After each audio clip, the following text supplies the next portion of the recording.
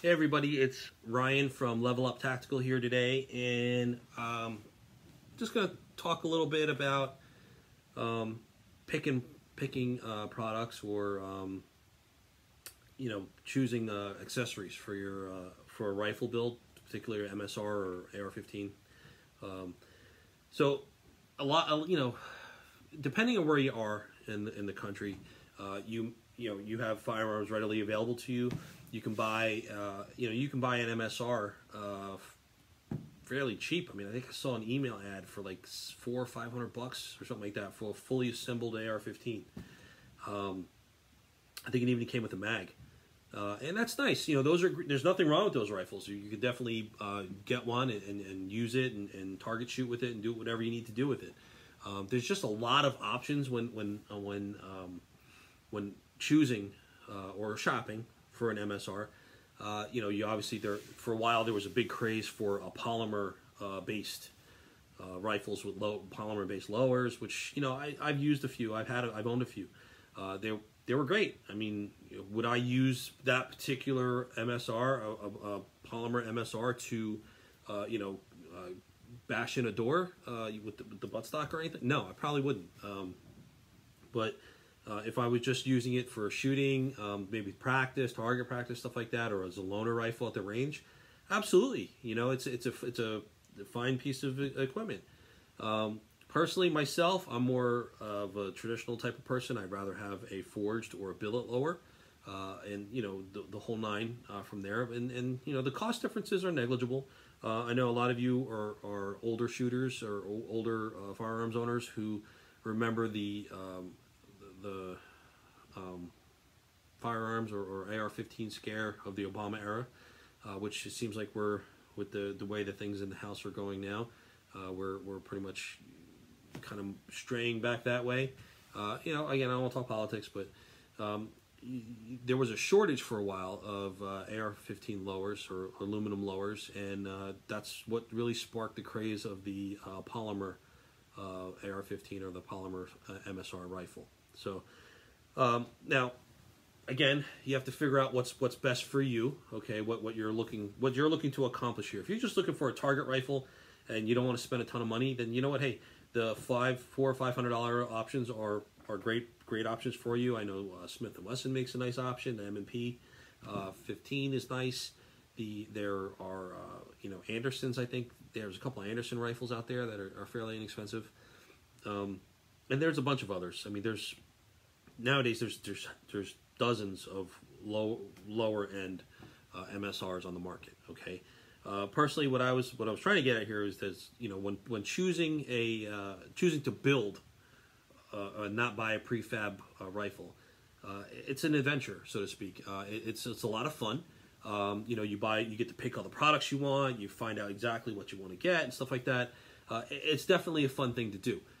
You can, it's obviously something you want to do if you have some experience or know somebody who knows how to do these things, because obviously you're building a firearm, you're assembling a firearm, a custom one, and you don't want to do it wrong because you don't want to blow your hands up or blow your face off, right? I mean, safety first, people, okay? So, it's not something that you want to do as your first time. If you're a first-time shooter, you're new to the firearms industry and the market, you don't want to go and be like, I'm going to build my own and go that route. Well, I would probably suggest that you buy a pre-made or store-bought off-the-shelf MSR and take a couple rifle classes with NRA classes and get up to speed on how they work and how to take care of them before you jump into building your own. But assuming that you've gone that route and you've done everything, you're familiar with the firearms, and you're at the point now where, you know what, this rifle that I bought off the shelf is great, and I'm going to build one for myself. I want to build something custom for me, right? You want to pick a lower, okay? The first thing you want to do is pick a lower. There are hundreds of options out there. I mean, there are all these new brands that are on the market. Everybody's like, oh, you got to check out this one. As long as they're Milspec, they're pretty much all the same, for the most part, okay? Obviously, you're going to have people that say that they're Milspec, but their tolerances are slightly off. So you get an upper and lower combo, and they rattle, and the receivers rattle, and then you got to take up slack. It's just pain in the neck. Personally, when I build a rifle, I build them because I want them. I want them for a specific purpose. I may be using them for training. I may be wanting to build one because I like it or something. So I personally go for, I hate to say name brand, but that's what it is. I tend to go towards more of a name brand maker. Okay, for me, I tend to use a lot. If I build a rifle or if I'm helping somebody pick out parts for their rifle, I usually will recommend like a Spikes Tactical or a Palmetto State Armory or a Black Rain Ordnance or something along those lines. There's two reasons why I do that. One is because I know the product. I know it's a good product. I know that tolerances are usually pretty tight, especially on the Spikes and the Black Rain. Palmetto State Armory is a great company. They do have a great product, and I've helped people purchase or pick out and assemble their own rifles with Palmetto State Armory products, and they're great. I just personally, I'm leaning more towards the Spikes Tactical and the Black Rain Ordnance. Now, that's one reason. The second reason is that there's value in them. They retain their value. When you build, for all intent and purposes, a rifle's a rifle, right? If you build two rifles with the exact same components, with the exception of the upper and lower receiver, and you just say you used an Anderson on one rifle and you used a Black Rain Ordnance on the other, right? But all the other components are identical, the Black Rain Ordnance will be valued higher. Is it the name? Maybe. I don't know. But so just say down the road, a couple years from now, you built it, you used it, and now you've run into some hard times. You need to sell it to recoup some cash. The Black Rain will be worth more. So that's two things that I look for or I consider when I'm picking out parts. Again, there's absolutely nothing wrong with an Anderson or NFA. NFA lower. Or any of these other brands that are out there that are like $30, $40 for the lower and $30, $40 for the... There's nothing wrong with them. Don't get me wrong. There's nothing wrong with them. It's just personal preference. You buy what you want to buy. I mean, you can assemble... I think the last time I checked it out, you can assemble a budget custom-built AR-15 for about $700 or $800, less the optic. Okay, and that's everything, upper, lower, bolt carrier group. I mean, you can knock it all together. Radical Arms does one. It's just you can do it. It's probably a little easier for most people to just buy one pre-made or buy a complete lower or a complete upper versus buying all the parts and assembling it together. Personally, I've always been of the mindset that I like to put stuff together. I want to know how it works. I want to know that I did it right. I want to know that everything is done the way that I want it. That's why I tend to build my own sometimes. Now, other components that you got to consider, it's a lot of it has to do with personal preference, okay? There are some barrel manufacturers out there that have just kind of jumped on the market, and I don't want to name names because I don't want to, some of these I haven't tried, and I don't want to downplay any companies, but they're fairly new companies, and they say they have a match grade barrel, and this and their barrels are like $66. And then you have companies that have been on the market for years, and they have a match grade barrel that's $300. Okay, is there a difference? I'm sure there is some kind of a difference there. Personally, I've not used the lower end barrel versus the higher end barrel. I'm a niche. I know which barrels I like and which ones I probably would choose. But I'm considering building a budget build AR-15 and testing it out against one of my higher end AR-15s. And see how the differences, how they shoot. I'll let people shoot them, and we'll do range tests and distances and everything. You can tune a lower end rifle to shoot comparably to a higher end, okay? But again, once you start paying higher dollars, you're getting hopefully tighter tolerances on machining and build qualities and material quality, stuff like that, okay? But what I was saying is, the $69 barrel, if you're just going to be target shooting and just plinking around, is probably going to be acceptable to you. If you're going to be doing, home defense drills, mostly drills, you're not going to be using it for work. You're not a contractor, you're not military, law enforcement. That kind of thing is probably great for you. If you're going to be doing contract work, or if you're military or law enforcement and you're building a duty weapon, or you're an armor and you're building picking out parts to repair or rebuild a rifle or something, then you may have certain standards that you need to meet. Okay, so barrels are one of those things that you got to look into about how you want to pick out what's going to be best for you. Okay, my personal preferences, I like to use the Spikes barrels. They're a little bit more pricey, but I've had good experiences with those. Put it that way. Another great company that I've been dealing with since they started, which again, like I said, some companies start out they're a dirt cheap product and they stay fairly inexpensive over the years. And everybody starts somewhere. You gotta remember, everybody starts somewhere, right? There's a company that I use that I actually have it on two of my. I used their barrels on two of my current rifles. It's CBC Industries, which we are a dealer for, and they do a phenomenal barrel. I've put my CBC 14.5 up against a Spikes Tactical 14.5 barrel head to head on two separate rifles at the range. Shot probably 300-400 rounds through each of them that day. Both of them performed great. Everybody who shot it couldn't really tell a difference between the two, but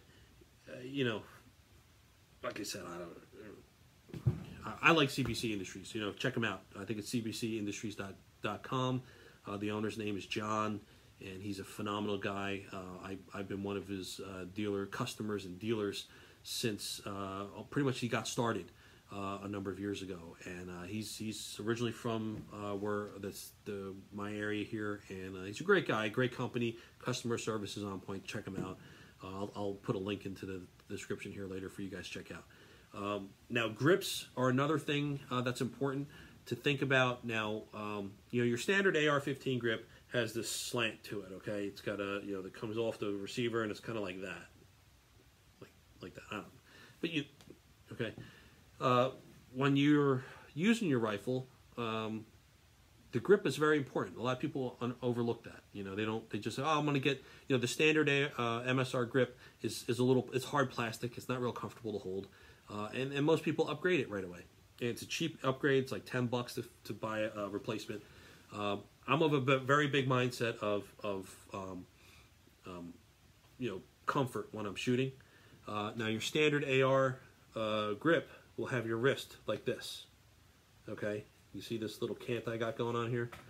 Now I like they're kind of like, they're not 90-degree grips, but they're canted a little bit, so that it brings your grip from this to this. Now you see how my wrist is straight. So you got to remember too, is if I'm posting up like this and my the standard AR, it's hard for me to keep my elbow in and post, right? It's hard for me to do that. But if my grip was 90-degree, I can go from this to this, and I'm posted. I'm much more comfortable, and I got much more comfort in shooting. Okay, there's a couple companies that make grips that I like to recommend. One is Magpul makes one. They make a grip that's canted a little bit. I forget the name of it, but they make one that's really nice. Excuse me, but I personally prefer the B5 grip, or if you look up Umbrella Weapons Research Corporation, yes, like Resident Evil, which is my personal MSRs are both Umbrella Corporations. They sell, I think it's the Grip 23, and B5, basically B5 makes it for them, I think. They're pretty much the same grip from what I could tell, but they're nice. They're inexpensive. They're only like $10 or something like that, $10 or $12. They take your grip from this position to this position. It's much more comfortable. I wish every time I make these videos, I forget to grab my my MSR out so I can show you guys. But I'll do it next week. But it's a nice little thing. You pull the bolt out the bottom, you put the new one in, make sure you don't lose the spring and the detent, and you're good to go. It's a phenomenal upgrade that's minimal dollars impact, and has a huge impact on your comfort and level of shooting. Especially if you're, like I said, like me, I'm more of I like to keep my elbow in when I shoot. Some people still have the chicken wing, which is, for me, it's more of when I can't for my 45-degree offsets. But if you're more of an elbows in shooter, think about the stress and the strain on your wrist when you're posting in. Okay, if your wrist was more in this position, would you feel better? Probably. Hold your hand like this for about 5 minutes, and then move your hand like this, and feel how much better it feels. Okay. So with that said, that's something to think about. The other thing to think about too is your hand guard. That's something that you can think about for when you're doing a build. There are hundreds. I remember just maybe 5 years ago, there was only maybe like 5 or 6 choices. You had Magpul, and then you had a couple of aluminum handguards or rails that were available. You had the Magpul drop-ins for your standard D-link, D-clip front ends handguards, and then you had the the free floats. Right, there was only a couple options out there. In the last 2 or 3 years, the market's been flooded with all of these different versions. You have clamp-ons. You got the ones with the castle nut with the holes, the donut with the holes, and they keep breaking when you torque them wrong. Then you have the new ones from Seekins with the Knox. Those are my favorite, by the way. They're lightweight. They're narrow. They're skinny, so they feel real good. Even if you have big bear claw hands, they have a one that's slightly larger. But they're all aluminum. They're machined. They're anodized great. The coatings hold up. I mean, there's tons of them. Okay, and there are other ones that are cheaper. You can get ones for like $40. You get what you pay for. Okay, I've had friends put together MSRs with those handrails, and as we were putting them on, the barrel nut stripped out, or as we're screwing on the handguard onto the nut, damn thing's all cockeyed and bent. So, you get what you pay for. Some of these things, it's all preference. Again, you got to figure out what your budget is for your build, and then figure out what you're going to purchase and put together from there. The beauty of building your own MSR is that you can acquire the parts over time. Okay, you know that the upper and the lower are always going to be about the same wherever you go, right? If you're building a higher end, it's going to be about the same. Those are the mainstays. Okay, you can basically amass the parts for your MSR over like 6 months and really have a minimal impact on your finances. You can spend $100 or $200 a month and buy something and put it in the collection so that you can put it all together when you finally buy your upper and lower, right? So there's tons of stuff, muzzle brakes, flash hiders, depending on where you live. If you live in a non-Second Amendment friendly state, New York, New Jersey, I think Maryland, Virginia maybe, I don't, but you can't have a flash hider. You have to have a muzzle brake. What are the differences there? You got to do the research. Okay, what's going to be what's going to be good, what's not going to be, what's not. I mean, I'm a big fan of Spikes Tactical. No, they don't pay me. I'm not paid for any advertisements from them. I just like their product.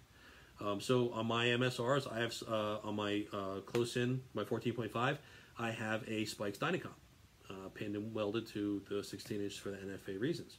On my longer range MSR, I actually have a Sea Kings. I forget what it's called, but it's the one that's like that long. But it's nice. And it's great. It mitigates recoil, it mitigates sound. It's it's definitely something that I did my research on. Okay, if I've helped people pick out products, and I've actually used myself the ALG Defense, the Shorty. That thing is great. It's phenomenal. Then there's the other one. The Radical Arms has a compensator muzzle brake. It's like that long, and it's got these S carves on the side, and then 3 holes in the front, and a couple holes. That thing's nice, loud as hell.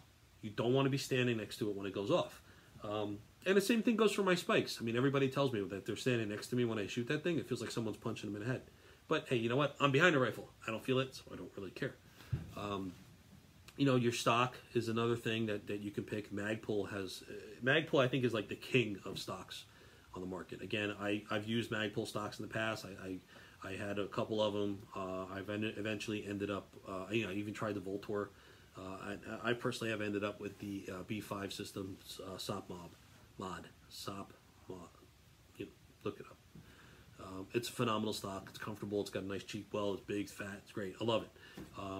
What I'll do is next week I'll bring down one of my MSRs, and I'll go through it with you guys so everybody can see. We'll talk a little bit more about picking items for your build.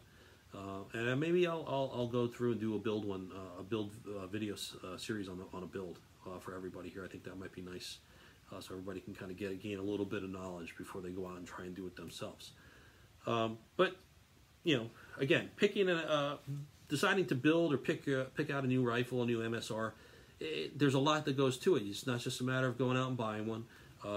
It's always going to be one of those things where you want to decide your budget before you get started. Okay, you can turn around and say, I want a Black Rain Ordnance Bro 15. Well, doesn't everybody? They're like $1,900, $1,900 if you buy the fully loaded versions, right? You could probably build one, save yourself a couple $100, or you can build to piece together your own Franken rifle, right? And you can build parts from here and there, do what you want to do, and get something, you know, real nice, catered and built to your taste, like I did. You know, I think my builds are very similar to each other. Just one's a longer distance shooter, and the other one's more for close in. They're both Umbrella Corporation uppers and lowers. Umbrella Corporation grips. I got my close-in rifle has the bolt carrier group and the charging handle from Umbrella.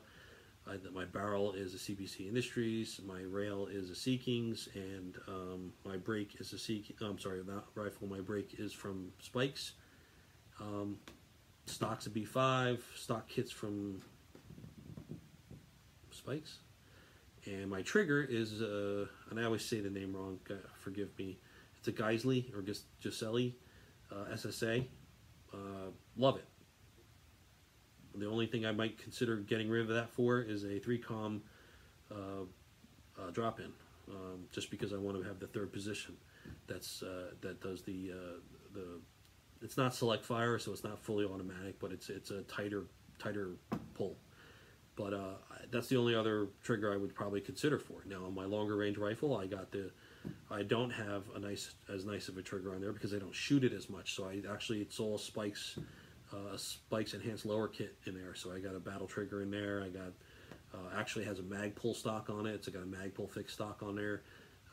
It's got a Sea Kings. It doesn't have the Knox front end. It has the 3-gun, so it's like a triangle, so that I can rest it on a barricade if I needed to, if I don't want to use the Harris bipod I have on it. And it's got longer range optics. So, you know, it's all a matter of picking out your budget. And just remember, if you say I want to spend $1,000 on a custom rifle, you probably will spend $1,200. Just say it's reality. Okay. If you guys have any questions on builds and picking up products for your MSR build, post them here or send me a message. I'm happy to respond back if I can. And give you possibly some recommendations. We will be launching our Level Up Tactical store in June. We'll have an online store. We'll be carrying a number of products. We'll be able to ship them to anybody all over the country in the U.S. And the only thing we won't be selling lowers. Anything FFL required, we won't be selling because we don't have an FFL. We are actually, you know, just doing accessories and stuff like that and apparel. So I didn't get these out this year, but I will have hoodies, real nice and thick, warm hoodies. I got my concealed carry hoodies. I have t-shirts and stuff coming out soon. Some interesting slogans on the t-shirts. There's a number of companies out there doing it already, and I came up with a couple of my own, and I've got a couple of guys doing some graphics and stuff for us here. So keep an eye out for that. We'll be doing some giveaways and stuff. A lot of good stuff coming up in 2019. A lot of it's going to be launched in June. So hopefully you guys keep following me here. Share this page with your friends. Like us on YouTube. We'll be posting. I'll be back to posting more YouTube videos probably next month. We've been filming some stuff, and we're going to be we're cutting them down over the next couple weeks, and we'll be posting them in April onto YouTube, and then we'll be linking them here as well. And I'll still be doing my Friday videos here. All right, guys, have a great weekend. It's going to rain for a good portion of the United States, but if you're not, or you have access to an indoor range, go out and shoot. Have fun, everybody. Stay safe and shoot straight.